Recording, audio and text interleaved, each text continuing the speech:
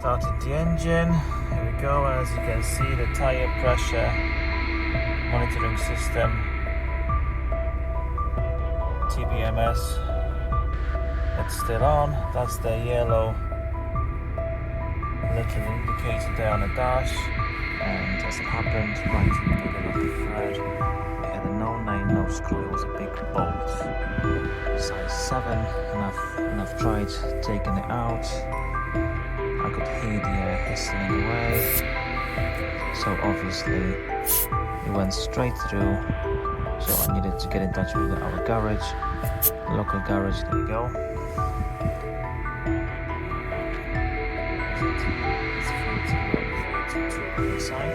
That's how it should be. Let's just measure it, or at least check at the back. Almost 31. Alright, so I need to add a little bit of air. I've got a pump ready. So I'll leave the engine running, and I've put the pump on just now. Or the button to reset. Button to reset the tyre pressure monitoring system. It's, as I found out on the internet, it's just hidden by the steering wheel, just right underneath. As you can see, I'm just there, going right down, down, down, and it's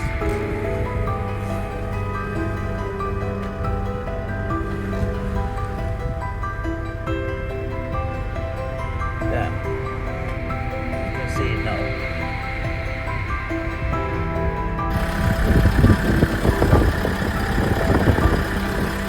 It's correct pressure, so let's just take the valve off.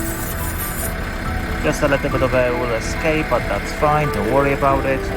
Put the dust cap back on, and let's just check all the tires.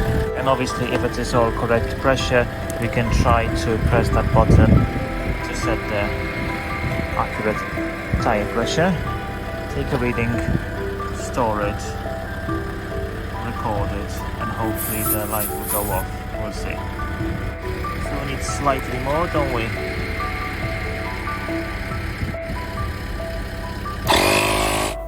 Right, so first of all, engine switch off, and then we have to locate the tire pressure monitoring system button, which is right underneath the steering wheel. Press and hold that with one hand, and then it's really difficult to actually record that. And with the other hand, press start and stop button ignition on your Toyota Rav4. Do not start the engine, just press and hold, and just get to the point where you've got the accessories switched on.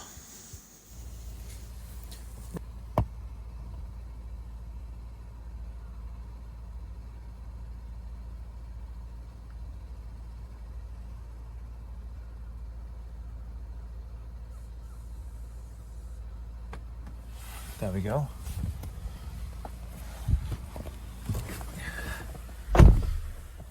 Right, so what I've done, the light just went off, as you can see. So I've pressed and pressed the ignition without starting the engine, and then I've put the finger on this reset tire pressure monitoring system button, reset, and I've pressed it, and I was constantly holding it for more than 3 seconds.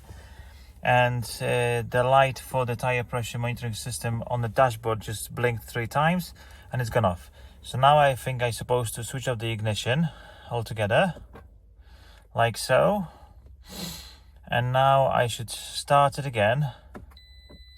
Oh yeah, okay. Let's just see what happens. Okay, the light's gone off. That's just the handbrake. Yeah, so the light's gone off, and he's not coming back on, he's not staying on, which is a good thing.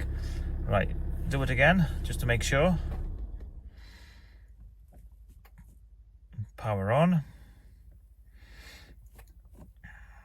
All the lights coming back on. It's gone off. And I'll press the brake.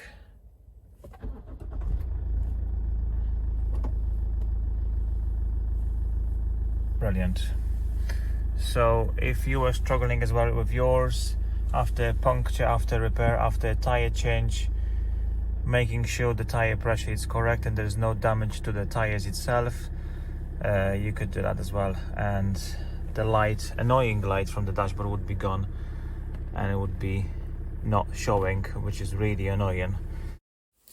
Also, one more thing to point out: if you're driving along and your tire pressure monitoring system blinks like so, as you can see on the video, that indicates two things. One thing, you've got a puncture or big gouge on the tire, which is obviously stop as soon as possible and just attend to it. If you stopped and expected the tires, and this tire pressure monitoring system dial on the dash blinks and stays on afterwards, that indicates in most cases a low battery mode in one of the transmitters located underneath the tire pressure sensor, on the tire pressure valve itself.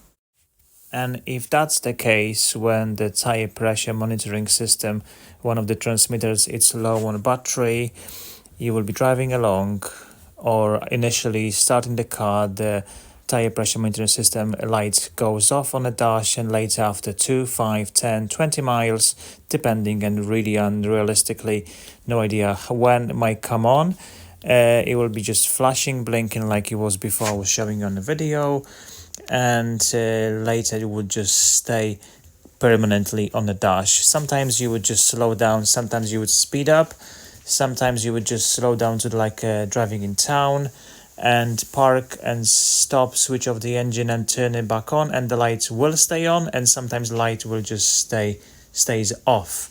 So it's really difficult to come up with all the understanding, but the main thing is you will need to actually go to the garage where specialize with attending to tire pressure monitoring system, and you can have it, in the most cases, battery replaced. At times, the worst case scenario, the whole unit is sealed and you will need to have a new unit fitted by your garage. And that was actually a case in Toyota where we needed to buy the whole unit, which is a bit more expensive.